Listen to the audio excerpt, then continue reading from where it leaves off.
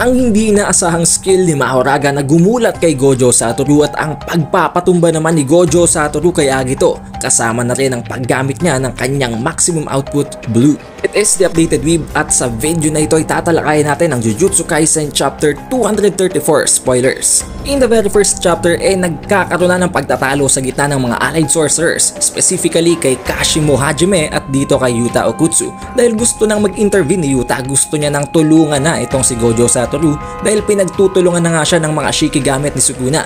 Pero hindi naman talaga niya target si Sukuna. Ang gustong gawin nitong si Yuta Okutsu ay ang gamitin si Rika upang tapatan si Agito at si Mahoraga. Therefore, makakapag-focus naman itong si Gojo sa pakikipaglaban kay Sukuna. Which is something na hindi nakagustuhan ni Kashimo Hajime. Sinabi niya na wag daw mangingialam itong si Yuta Okutsu sa kanilang laban dahil napaka-disrespectful daw nun. And to add up, ininsulto niya pa si Yuta Okutsu habang sinasabing hindi daw niya kailangang problema dahil hindi naman daw siya ang susunod na papalag kung sakaling mamatay man itong si Gojo. So meaning, sa plano nila ang susunod na papalit kay Gojo kung sakaling mapatay nga ang Honored One ay itong si Kashimo Hajime. And in this very panels, we get to see na talagang iba na ang aura ni Kashimo at ni Yuta dahil talagang nag-e-emit na sila ng kanilang mga cursed energy properties. Hinigilan naman silang dalawa ni Hakari habang sinabi daw ni Gojo beforehand bago pa mangyari ang laban na papasok lamang sila kung sakaling dumating na sa punto na mas mahina na si Gojo kaysa sa kanila. And as of now, it's as if sinasabi ni Hakari na hindi pa ganun ka-weekend or ganun kahina si Gojo Satoru na kaya niya pang lumaban kaya hindi pa kailangang pumasok ni Yuta para mangialam.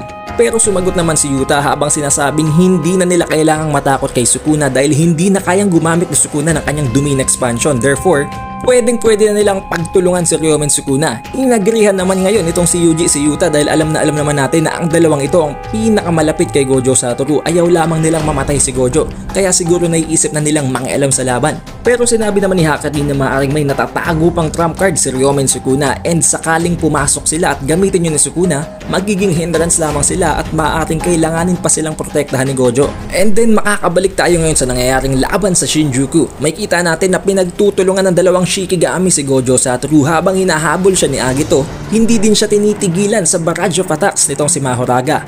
Nagawa niyang iwasan ng isa sa mga suntok ni Agito habang naglalond ng isang counter attack na parabang naging isang black flash pero hindi na specify sa spoilers. So maybe dugo lamang yun and nangalat lamang ang dugo nitong si Agito matapos siyang tamaan ng isang napakasolid na suntok.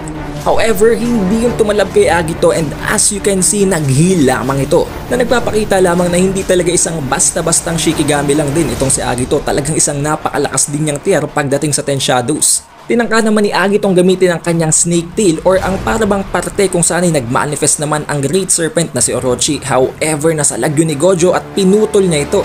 But since may regeneration techniques nga itong si Agito, nagawa din niyang i-regain na naman ang naputol na ulo ng ahas na nasa buntot niya. Dito na nagsimulang makaisip si Gojo Satoru na ito talaga ay ang combination ng mga iilan pang Shikigami na nasa loob ng 10 Shadows, including si Nue, ang Morn Tiger, ang Great Serpent at iba pa.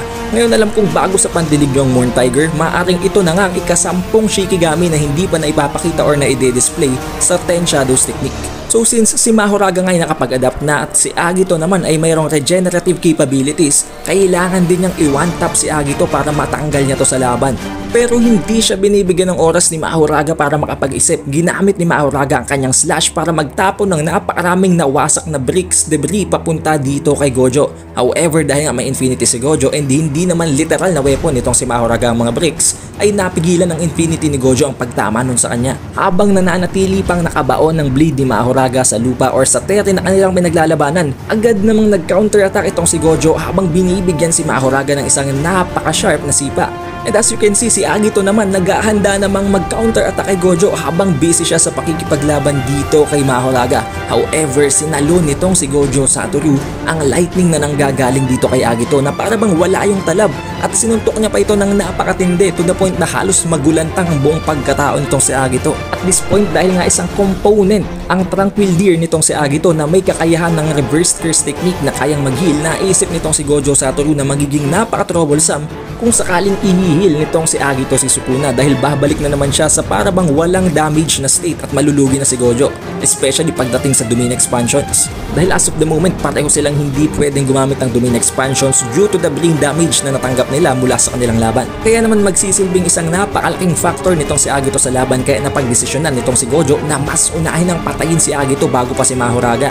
And maaring hindi nyo napapansin pero mula sa first page hindi pa natin nakita si Sukuna. The only reason for that is that nagtatago si Sukuna sa loob ng kanyang shadow dahil ayaw niyang mapunta sa danger ang kanyang buhay dahil as of now wala namang talagang magagawa si Gojo kung hindi labanan muna ang dalawang Shikigami na nasa labas. At habang nasa loob siya ng shadow, iniisip niya na talagang napakadelikado kung sakaling gamitin ni Gojo Satoru ang kanyang purple dahil talagang mamamatay si Sukuna kapag tinamaan siya nito. Especially dahil kung iisipin natin sa previous chapters, nagawa lang naman daw iwasan ni Sukuna ang 120% ng hollow purple lang dahil sa napakalayo nito kaya nakapag-prepare siya. And not only that, even with that preparation, nakatakas lamang siya mula dito habang nawawasak ang kanyang dalawang kamay. Pero ngayong wala siya sa kondisyon, kahit na ang 100% lamang or ang normal na hollow purple nitong si Gojo ay magiging napaka-fatal na kung sakaling tamaan siya. Hence the reason kung bakit nagtatago siya sa loob ng shadow. Ang dahil dito, inutusan ngayon ni Sukuna itong si Mahoraga. Dito natin may isip na talagang may sariling pag-iisip sa Mahoraga at hindi lamang siya parang isang pet or object or tool na ginagamit sa Ten Shadows. May sariling isip ang Divine General Mahoraga. Sinabi sa kanya ni Sukuna na hindi daw si Megumi Fushiguro ang gumagamit sa kanya ngayon but instead si Ryomen Sukuna na ang King of Curses. Habang sinasabi pa ni Sukuna na show me what you've got. As if para bang pinoprovoke nitong si Sukuna si Mahoraga na ipakita sa kanya ang kanyang worth as a powerful Shikigami. Because of this, biglang nag-snap ngayon itong si Mahoraga at biglang nag-spin na naman ang wheel nito. Now hindi ko alam kung ano nangyari. Alam kong pati kayo nalilito dahil wala naman siyang dapat pag-adaptan but instead nagkaroon siya ng bagong skill. Within the next panel, makikita natin na naputol na ang kanang braso ni Gojo Satoru at makikita din natin na napakalayo ni Mahoraga pero ang slash na ginawa niya ay nawasak maging ang building na napakalayo ng range. Now if you think of it, there is only one resemblance sa nangyaring laban kundi ang dismantle ni Sukuna.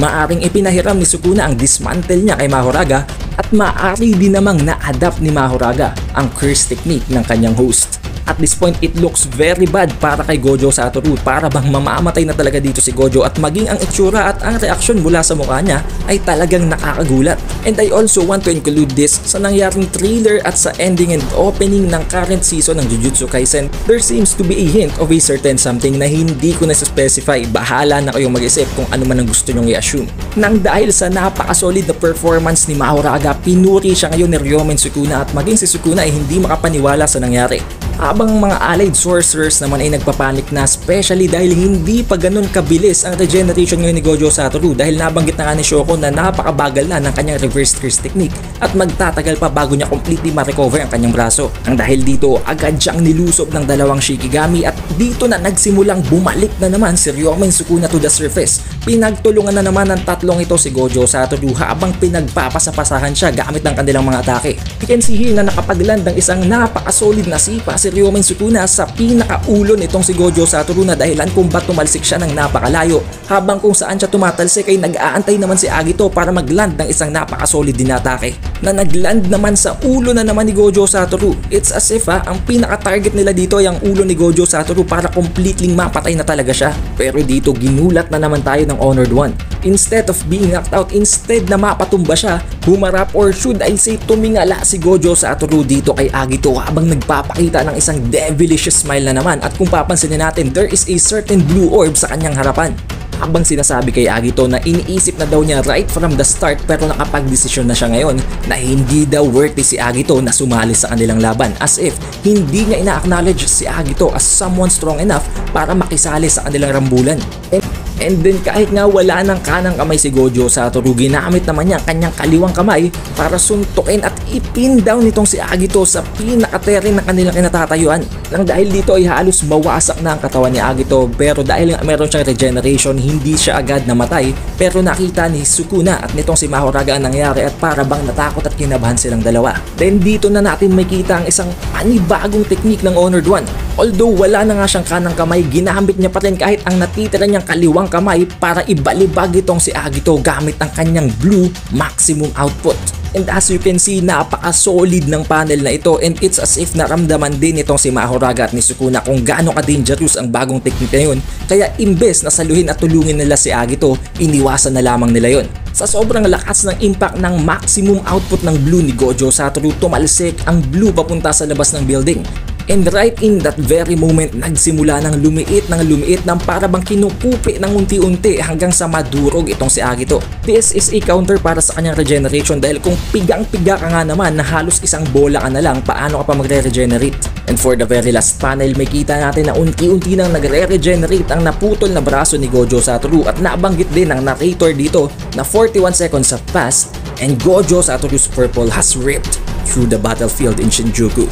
Now, ang ibig sabihin lang nito, ang very last panel na ito ay nakuha na mula sa future. It's as if may nangyari within those 41 seconds na hindi na ipakita sa chapter na to na maaaring makita natin sa susunod na chapter. But take note, nabanggit dito ng narrator na ang purple ni Gojo Satoru ay nag-iwan ng marka sa battlefield sa Shinjuku. So it must have been ang tinutukoy ni Gojo Satoru ng kanyang unlimited halo technique na binanggit niyang gagamitin niya para patayin at i-one-tap si Mahoraga.